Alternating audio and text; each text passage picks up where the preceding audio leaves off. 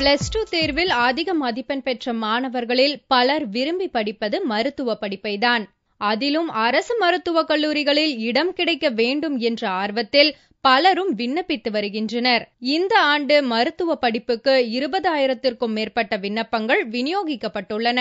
ஞாயிறன்றும் தபால் மூலம் விண்ணப்பிக்க ஏற்பாடு செய்யப்பட்டுள்ளது.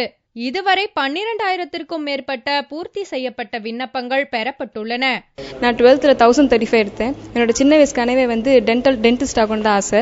அதுபடி நான் இப்போ அப்ளை பண்ணியிருக்கேன். எனக்கு லாஸ்ட் டேட்னால சப்மிட் பண்ணியிருக்கேன். எனக்கு கண்டிப்பாக கிடைக்குங்கிற நம்பிக்கை இருக்கு. புதிதாக 2 அரசு மருத்துவக் கல்லூரிகளுக்கு அனுமதி அளிக்கப்பட்டுள்ளதால் கூடுதலாக 170 இடங்கள் வழங்கப்பட்டுள்ளது.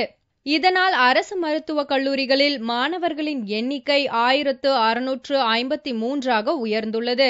மொத்தமாக இன்று வரை 20,000 அப்ளிகேஷனுக்கு மேலாக விற்பனை ஆக உள்ளன. இன்று மட்டுமே இன்னைக்கு சண்டேவா இருந்தும் போஸ்ட் ஆஃபீஸ்ல இருந்து எங்களுக்கு டெலிவரி மட்டும் ஸ்பெஷல் ஸ்பீட் போஸ்ட் எல்லாம் வந்தது.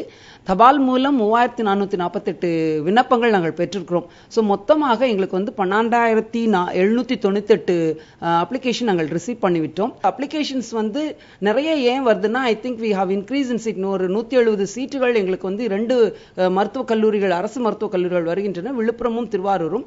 ஸோ அதன் மூலம் 200 சீட்டுகள், அதில் 30 சீட்டுகள் ஆல் இண்டியா கோட்டாக்கு போக மீதி 170 இடங்கள் நம்மளுக்கு தமிழ்நாட்டிற்கு கிடைக்க உள்ளன. விண்ணப்பித்த மாணவர்களுக்கு ஜூன் 21ஆம் தேதி முதல் ஜூலை 7ஆம் தேதி வரையில் முதல் கட்ட கலந்தாய்வு நடத்தப்பட உள்ளது. செப்டம்பர் இறுதிக்குள் கலந்தாய்வுகள் முடிவடைந்து ஆகஸ்ட் முதல் வாரத்தில் மருத்துவக் கல்லூரிகள் செயல்பட துவங்கப்படும்.